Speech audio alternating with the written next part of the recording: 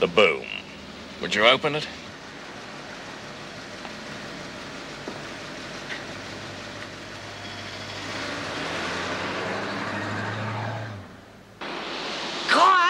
Looking forward to this panto. We used to have one every Christmas. Of course, there was no TV in them days.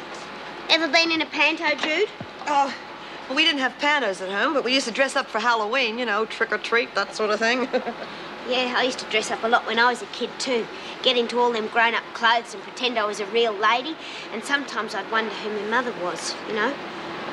And then, sometimes I used to pretend that I was her. Yeah, I guess all kids do that.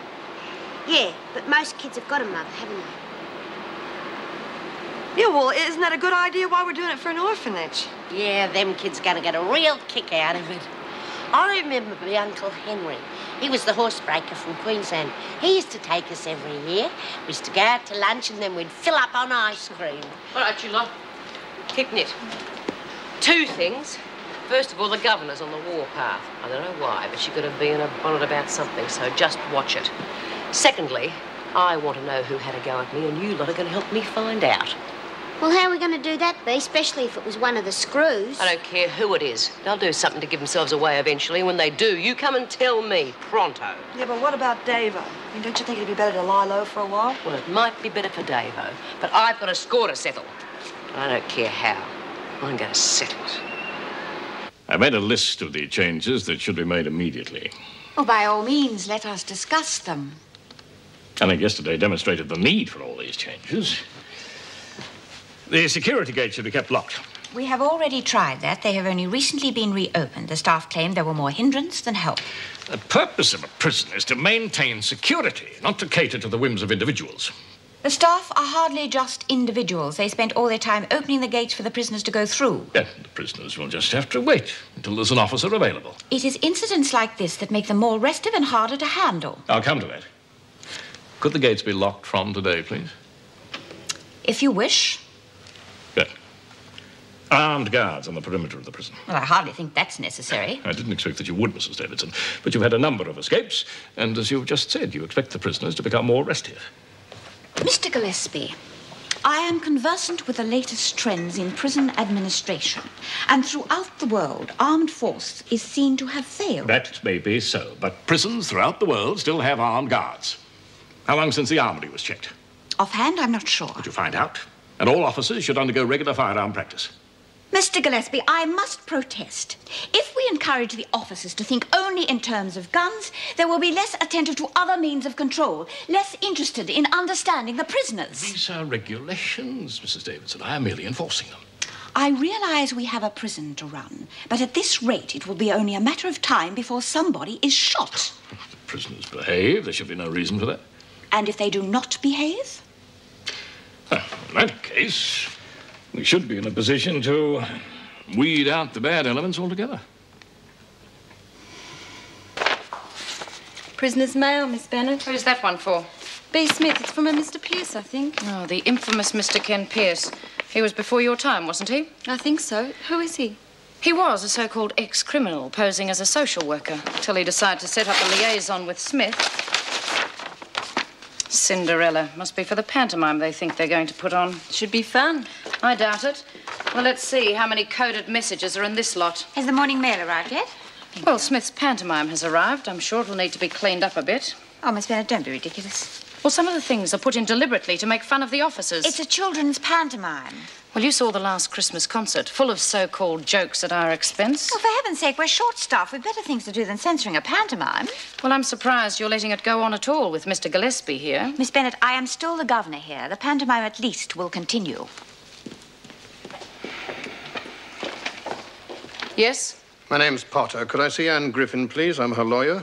Could I see some identification? I've just been through all that at the gate. I'll need some identification. Driver's license? I've been here before. I never had all this. Times have changed, Mr. Potter. Sign the book, please. I'll take you to the interview room. Could you ask Miss Barfield to get Griffin?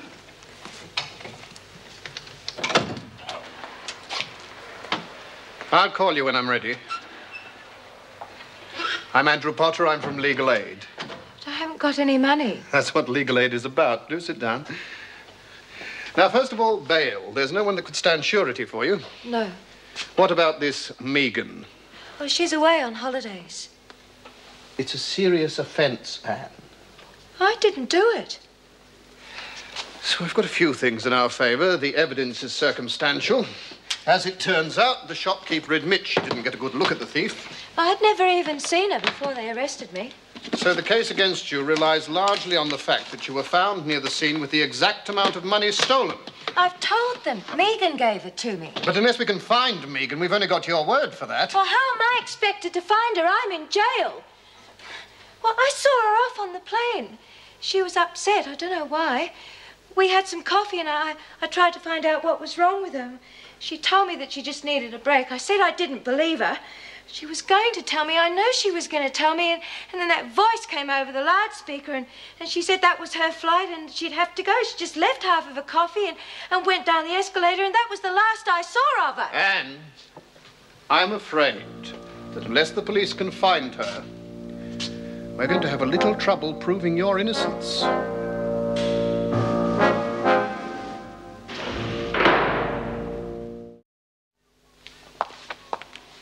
Mail call. Adams, Shepherd, and Smith.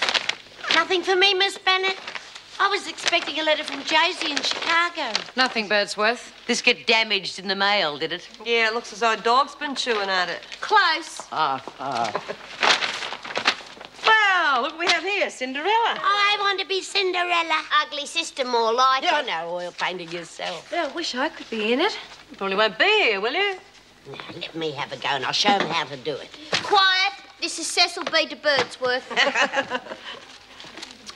Dear fairy godmother, can I go to the ball with my two big sisters? Why do I have to sit here sifting cinders?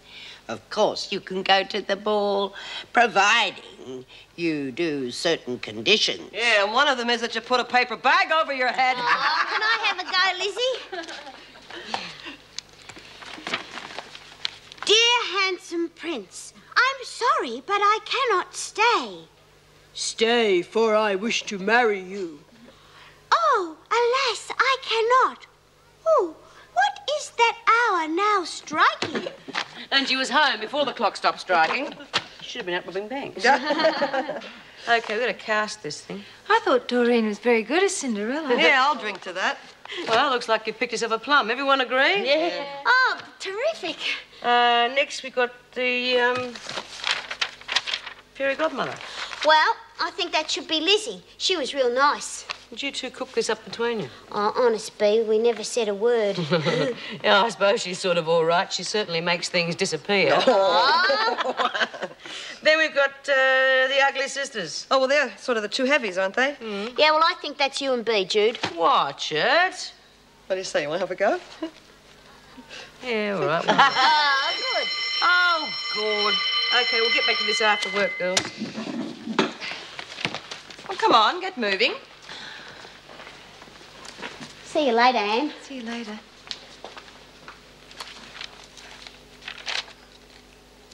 I thought I might act Cinderella like Marilyn Monroe would. Do you think that'd be a good idea? Hey, what's going on? Procedure. Since when? Are these gates going to be locked all the time? We've been through all this before. Yeah, you know, if we have to go to the John, it's going to take us over half an hour. Come on, fair go. Any problems, officer? No, Mr. Gillespie. Well, get moving. Which one's be Smith? I want to speak to her. Smith! Keep moving, the rest of you.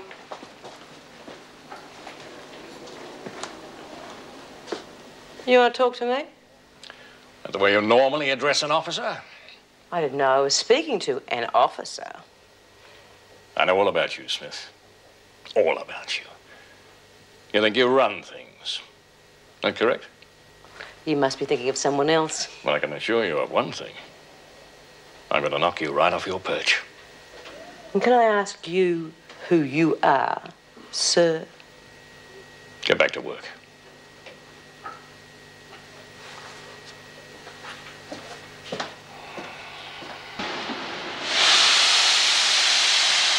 does anyone know who that bastard is? Well, didn't she say his name was Gillespie? Well, I reckon he's from the department. What makes you think that?